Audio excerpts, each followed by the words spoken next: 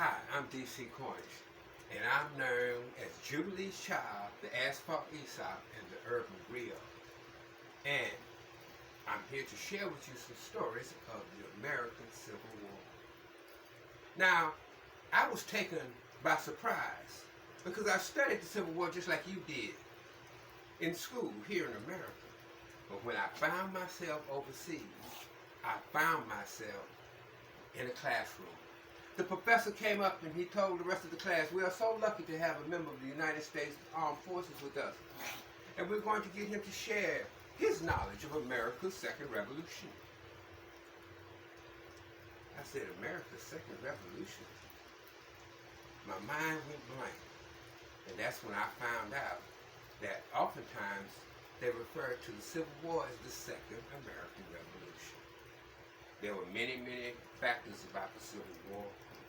While the Civil War was a wonderful experience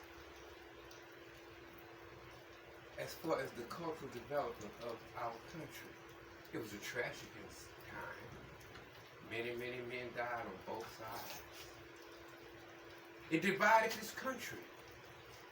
You had slave states and free states. Many brave men. Two of which I'm going to talk with you about. Two of which were actually very important in the development of what we call Black History Month. In 1923, Carter G. Woodson decided he wanted to teach the history of black people, and he wanted it to be part of the formal education. So he came up with the idea of Negro History Week. They asked him when did he want Negro History Week to be, and he decided that it would be the second week of February,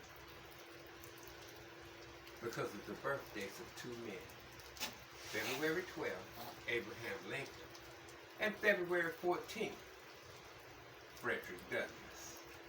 I'm going to share with you some stories of these two great men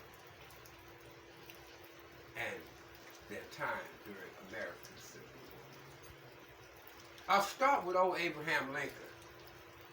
Lincoln was the 16th president of the United States, but he wasn't always the president of the United States. The story I'm going to share with you comes from a book called The Slave Narratives of Abraham Lincoln. And it begins like this. He was a shopkeeper. He had bounced around and done many, many jobs, many, many different places. But he found himself in Illinois, in a small town. Now, working as a shopkeeper, he didn't have a whole lot of money, and he slept in a room in the back of the shop. And he was Honest Abe. Now, I know you've all heard the term Honest Abe, and he was a very honest man. But there's a funny thing about honest people. They expect everyone around them to be honest as well. And that's how it all got started. A group of lumberjacks had come to work there in the forest. And one day they came in to get some supplies. Now, some of the men paid for the things they wanted, but there was one fella. Abe looked over, and he was reaching his hand in the candy jar. Now, he had a jar of candy there for the kids. And sometimes he would just give it away to them. But this fella was reaching in there, and he was getting him some and putting it in his pocket. So Abe, being the honest man he was, he said, excuse me, sir, don't do that. He said, do what? He said, you're stealing my kids' candy. I ain't took nothing. Yes, you have. I saw you. I saw you put it in your pocket. I ain't took nothing. Is you calling me a liar? I'm not calling you a liar, but I'm telling the truth. You've got it in your pocket. Now just give it back, and we'll call it square. If I had it, I wouldn't give you nothing. Now that you'd have called me a liar in front of my friends. Sir, you're going to give me back my candy. That's what you're going to do. And you're going to do it right now. Well, he decided that he was going to be belligerent. So he walked up to Abe and said, and what you going to do? And he pushed it. Now, I'm going to tell you something. Abe was what we call country strong. Now, old Abe being country strong, meant he wasn't built up like these big muscle guys you see on TV and in the movies now. He was thin, but he was hard as an iron bar. When that fella pushed Abe pushed him back, and the next thing you know, down they go. Boom, boom, boom, boom, boom, throwing punches. They rolled out into the street. Now, when they rolled out into the street, I'm going to tell you what happened. Abe got the better of that fella. He went in his pocket, got his Candace back, and the other boys grabbed him up and they left and they went back. And when they got back to the lumberjack camp, the foreman came up and looked at him and said, "What happened to you? That fella in town, he jumped on me. Why? He ain't have no reason at all. He called me a liar. Don't nobody call me a liar." He said, "Well, I can't just have folk treating my men any kind of way." But that old foreman, he was a big, mean Irishman. He started walking. He walked into town. He got out in front of that shop, and he called in there for the clerk. That was old Abe. Abe didn't own the shop. He was just the clerk. "Hey, you the one put hands on my boy?" Only because he was stealing. Well, he said he wasn't stealing. Yes, he was. Ask him. They'll tell you. I went right in his pocket and got what he stole from me. Sounds to me like you robbed him. Now, I ain't robbed nobody. I just took back what was mine to begin with. I tell you what, you should have never put your hands on my friend. Because you put your hands on him, now you got a problem with me. Come on, put him up. Now Abe said, "Okay, I'll put him up, but I tell you what, how about we just wrestle?" So they went out back and they drew a circle in the dirt. That's the way they did it back then. Them two fellas stepped in that circle, man, and they kind of squared off like this, and they went to wrestle. Well, it started out kind of, I guess you'd say, humble at first. But as it went on, it got meaner and meaner until finally Abe got the better of it. He said, "Whoo, you know what? You can sure tussle. I ain't come across a fella tough as you in a long time. I'll make sure my boys behave when they come in your store from now on." He said, "I sure appreciate that." And they got to be pretty good friends. Why, every now and then they come across an old boy who thought he was tough, and you know what they tell him? "Bet you can't whoop that skinny fella right there." The next thing you know, they'd be out back in that circle of wrestling and having fun, laughing, talking. Matter of fact, that's what caused him to knock on his door one day. It was early in the morning. Abe was sleeping in the back room on his cot, and he heard boom, boom, boom, boom, boom, boom, boom, boom, boom, boom. He jumped up and said, "Oh, who is that? Who is that beating on my door like that?" He went and he opened the door, and it was that lumberjack foreman and all his boys. And they said, "Man, come on, go with us." He said, "What for? It's early in the morning. I got to open the shop." He said, "Man, ain't nobody going to be coming to this general store today because everybody going to be out looking for that old boy." "What old boy?" He said, "You ain't seen the notice?"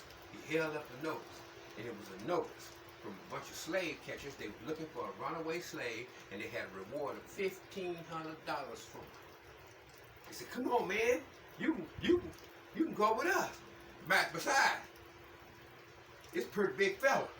We might need you to hold him down for us." He said, "I don't know. I think I'm gonna stay." "Oh man, come on. Ain't nobody gonna be coming to the shop today, no way. Come on." Why, they kept right on big. They begged and they begged and they begged and they begged until finally Abe gave in. Next thing you know, he walking with them, and they walking through the forest. The lumberjacks know the woods pretty good, so they figured they had an advantage. But they didn't have no luck. By the time the sun started going down, Abe was walking along. He was cold because he didn't bring a jacket, so he walking along. And one of the fellas looked up at him and said, "Hey man, where's your gun?" He said, I don't own no gun. He said, I got a brace of pistols here. You can take one of them. And he gave Abe a pistol and he stuck it in his waistband. Now he gave Abe that pistol and stuck it in his waistband, and they kept right on walking. And a little while after that, Abe turned to him and said, you know what? I'm cold, and I didn't want to do this to begin with. I'm going back into town. Y'all going on. He turned around and started walking toward town. Now, as he was walking toward town, the sun began to dip beneath the horizon. And when the sun dipped beneath the horizon, well, Abe was trying to make his way through. It was getting dark. The moon was coming up. He kind of dipped down to go underneath some bramble bushes. And when he stood up, bang! Somebody hit him right upside the head. His knees buckled and his eyes watered, and when his vision come back to him, he looked up, and there it was that runaway. He drew back. He was going to let Abe have another one. And that's when old Abe ducked his head, dived at him, hit him round the waist, and down they went. Boom, boom, boom, boom, boom, boom, boom. I'm telling you, dirt and leaves was flying everywhere, and both men was throwing haymakers. Whop, whop, whop. And I'm telling you, neither man got the better of the other man. And that's when Abe remembered the pistol. He reached and he grabbed the pistol, but by now, his hand was covered in sweat. And he tried to pull that pistol, and it skeeted out his hand just like an old banana. It landed right there. Both men could see it shining in the moonlight. They both died for it. Neither one of them grabbed that pistol, but you know what they grabbed? Each other. And next thing you know, they rolling back and forth until finally Abe rolled on top, pushed him down, said, be still, I got you. That fella kind of relaxed for a minute. Both men, their chests heaving up and down. And Abe said, be still, I got you. Then Abe kind of relaxed. When Abe relaxed a little bit, that fella pushed up like this him. And he said, be still, I got you. This time that fella looked right up at him and said, I got you. I got you. Well, that's how it went, with one man holding the other man down. And be still, I got you. No, I got you.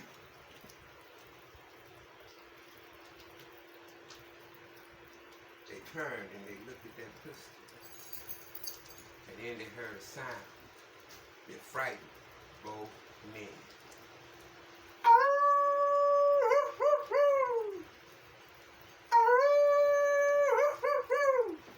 Now that wasn't nothing but an old coyote. Coyote ain't gonna bother two full-grown men. But the next sound frightened both men to the core. Wow! That was a full-grown mountain lion, and it was a coming. And I tell you, you could hear it getting closer.